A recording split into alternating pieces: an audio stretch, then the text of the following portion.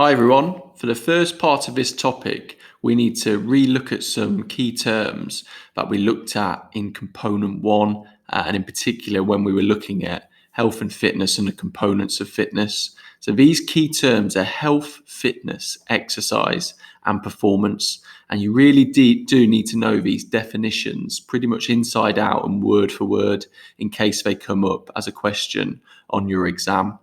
We're not going to go over them again in detail now, but we're going to be concentrating on health. And it's really important to remember that health has three parts to it. We have our physical health, our mental health, and our social health. The first part of health that we're going to look at is physical health and the physical health benefits of exercise. This relates really closely to the components of fitness. So if we are improving a component of fitness, this is having a physical health benefit on our body. So if you are a runner or a swimmer, this is going to have a benefit on your cardiovascular fitness, and this is going to improve the efficiency of the health of your heart and your lungs. It might be that you go to the gym and you lift weights, and therefore you're improving your strength and muscular endurance, and this is going to have a positive effect on the muscles of your body. It may be that you take part in yoga or a stretching program, and this is going to improve your flexibility and mobility, which is also a part of physical health. We now need to think about the questions you might be asked on an exam around this topic. And the most likely question is, how can exercise or physical activity improve physical health?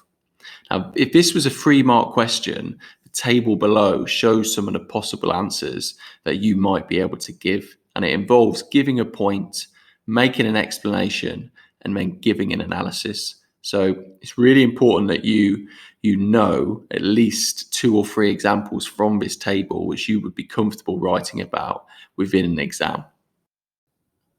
Any of the answers that you can see in the table below would be fine as an answer to this question, but we'll just look at one example. So for our point, we could say exactly what exercise does. So it improves our muscular strength and muscular endurance. What does this do? How are we going to explain this?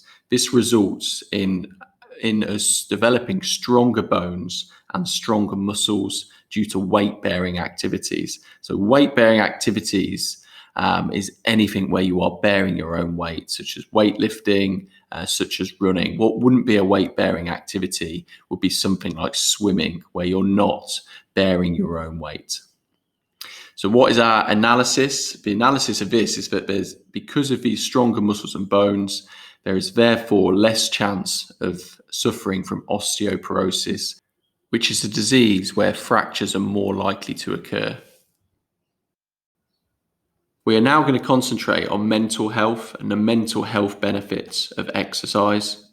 Sport and exercise can have a big effect on preventing mental health issues and also helping people to overcome mental health problems. There are a number of reasons for this. Firstly, sport and exercise simply make us feel good. Now, this is due to the hormone endorphins being released in the body. So every time you go for a gym workout or a cycle or a run, or you do any exercise, endorphins are released and they make us feel good and they make us feel happy. Exercise can also fill us with confidence. Now, this is because lots of time we take part in sport and exercise, we're overcoming physical and mental challenges. So if we think in particular about perhaps setting a goal of running a marathon or climbing a mountain, when you eventually achieve this goal, we are filled with confidence that we can then take into different walks of our life. Even watching sport has been known to help mental health and have mental health benefits. The reason for this is because sport is aesthetically pleasing. And what that means is pleasing on the eye or pleasing to watch. So if we think about a sport such as gymnastics, if we watch a perfect gymnastics floor routine, there's something inside us which starts to feel good due to the aesthetically pleasing nature of that display. Again, we can look at the most likely exam question that you're going to get on this topic, and that is, how can exercise or physical activity improve mental health? The table below shows some possible answers to a 3-mark question.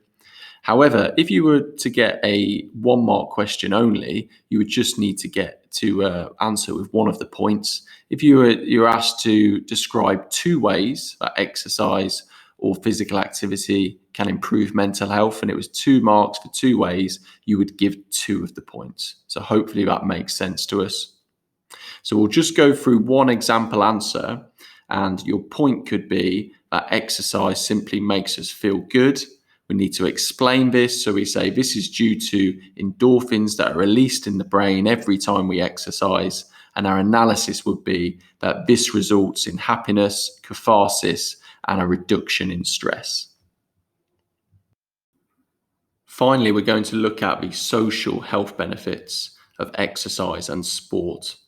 The first benefit is cooperation, and this is in particular refers to team games and teamwork. So we think about sports such as netball and basketball, we're working with others around us in order to achieve a common goal. So we've got to develop our social skills and our social health in order to work as a team. However, this is still relevant in other sports, even individual sports, where you might have a training partner, such as sports like running or climbing. You've still got to be able to communicate and socialize with other people around you. Our social health is also developed through sport as we develop friendships and improve friendships. So again, this is particularly relevant within team sports. And often the friends we make during sport often turn into our friends off the pitch or off the court, and we develop our social skills outside of sport as well.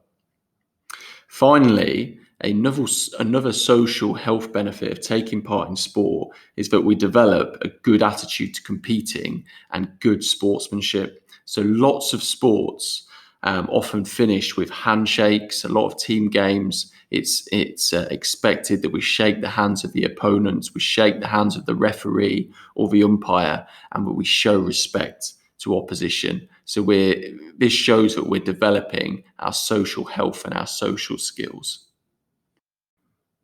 Again, we will look at the most likely exam question on this topic, and that is, how can exercise or physical activity improve our social health?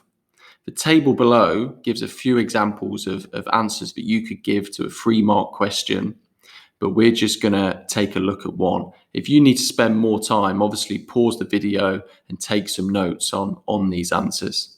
But an example answer would be, as our point, we could say that exercise or sport helps with the development of friendships and social mixing. In terms of our explanation, we can say that many sports involve a range of participants, coaches and officials, and this results in a better ability to manage our relationship with others.